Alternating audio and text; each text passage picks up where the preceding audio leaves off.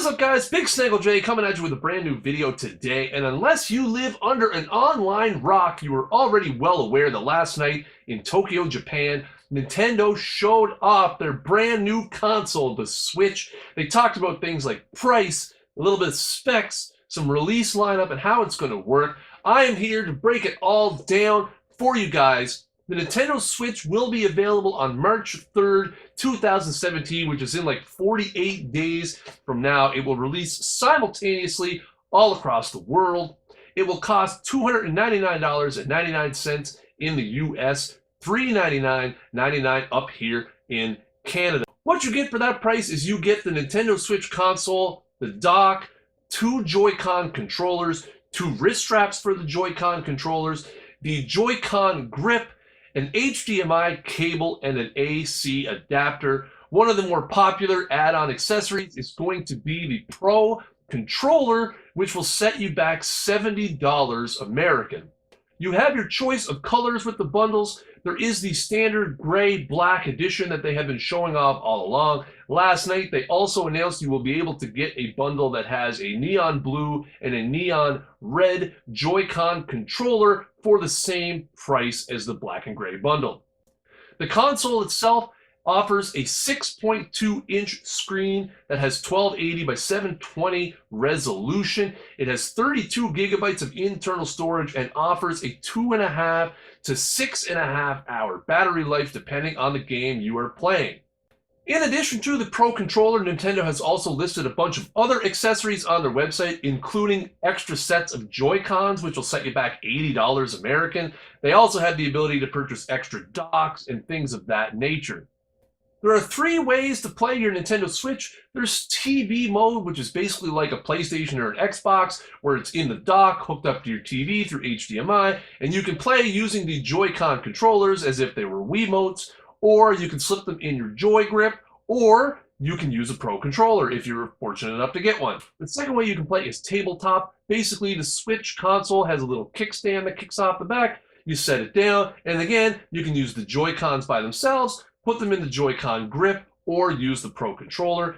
And the third way is straight up handheld mode, where basically you put the Joy-Cons on the side of the console and you hold it. It looks very, very similar to a Wii U gamepad. Nintendo spent a lot of time talking about the Joy-Cons last night. The Joy-Cons feature what's called HD Rumble, which is basically a vastly improved rumble system where you're going to be able to feel it in different parts of the Joy-Con. The left Joy-Con will feature a dedicated screenshot button. Now, they did say that later on they will be able to do video capture. I'm assuming that's going to be a software update some point down the line. There was no specific details other than he mentioned it. The right Joy-Con features a distance and motion sensitive camera, as well as a dedicated home button. Lots of speculation going into the event on what was going to happen for online play. There will be online play, and in North America, it will be free at launch for a time.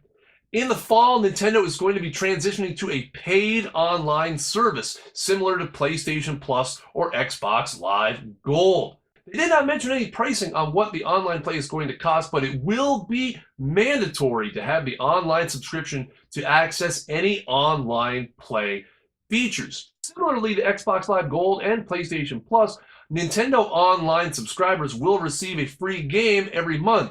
It will be a classic NES or SNES title, but the wording of it makes it seem like you were only able to download and play that game for the month it's released in, but we have no official confirmation on whether it's a rental or a game you can keep playing once a month is over.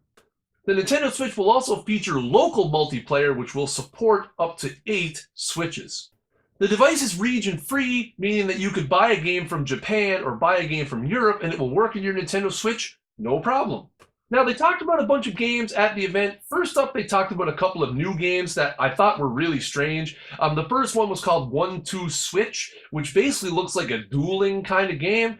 They really played up the fact that you can play it like without looking at the console. Like in all the videos, the console was like off to the side and the two people were facing at each other and like they were dueling with like guns or whatever. Maybe it's vibration feedback. I'm not 100% sure how it's going to work, but it looked really kind of corny. Speaking of corny, was the second game they announced, which was called ARMS. Basically, it's like a souped-up, futuristic version of Rock'em Sock'em Robots. You just have boxing gloves, and they like extend out, and there's Ribbon Girl and Stretch Boy, and the two games. For the first two games they showed off, they really lost me with a little bit of weirdness there. They showed off Splatoon 2, which is coming summer 2017. A lot of people expected there to be a Splatoon game. Splatoon has been a huge, huge game for Nintendo the last couple of years. So it's nice to see Splatoon 2. Unfortunate, again, and this is going to be a theme, unfortunate it's not a launch title. But yeah, coming in the summer, Splatoon 2. They showed off their new Super Mario game, which for me was really one of the high and lows of the night. The high being this Mario game looked fantastic. It looks like almost like an open world adventure Mario game.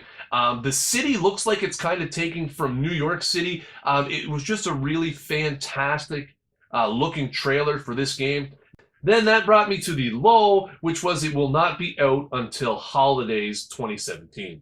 Couple other cool looking games that they mentioned without any release date. Xenoblade Chronicles 2. They showed a little trailer for it. It looks really, really cool. I've never played Xenoblade Chronicles, so I mean, I don't really have an opinion about the series, but the game that they showed looked really cool. They also talked about Fire Emblem Warriors, and again, like I said, no firm release dates were given for either of those two titles. One thing that had been played up greatly heading into this event was the third-party support, and while we didn't get any firm release dates or really any gameplay footage or screenshots or anything from third-party games, they did name drop a whole bunch of titles. They talked about Dragon Quest X and 11, Dragon Quest Heroes 1 and 2. They talked about Skyrim, they talked about FIFA. At the event, they said Square Enix was working on a brand new game. They didn't name the title of it. But in the after event, it was discovered that it's called Project Octopath Traveler. Apparently it's in early development.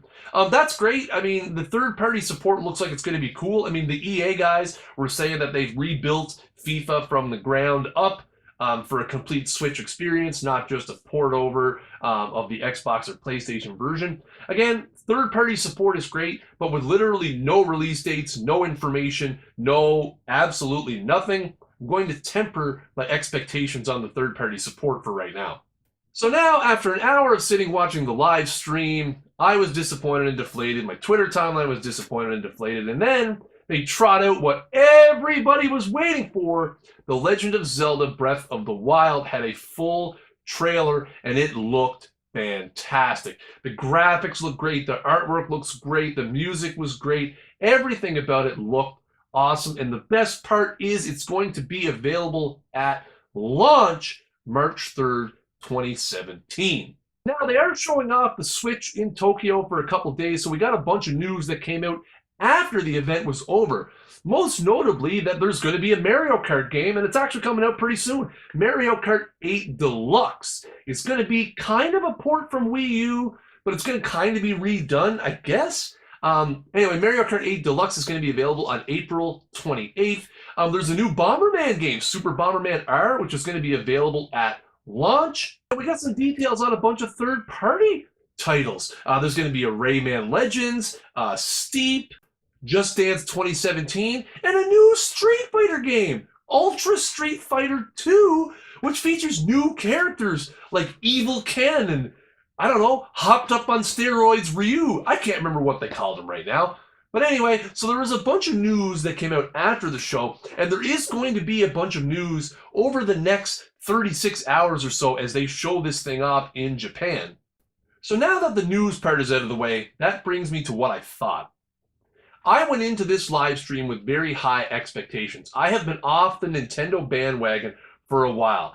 The last Nintendo product I bought was a 3DS about a year and a half ago, and I don't really ever play it. I don't buy a whole lot of games for it. It's more for the kids. But this was an opportunity for Nintendo to bring me back. I was there. I was excited. I was interested to see what the Switch was going to offer, what it was going to cost, and what the third-party support was going to be like. And I am thoroughly disappointed. At this point, there is literally zero reason for me to buy a Switch at launch.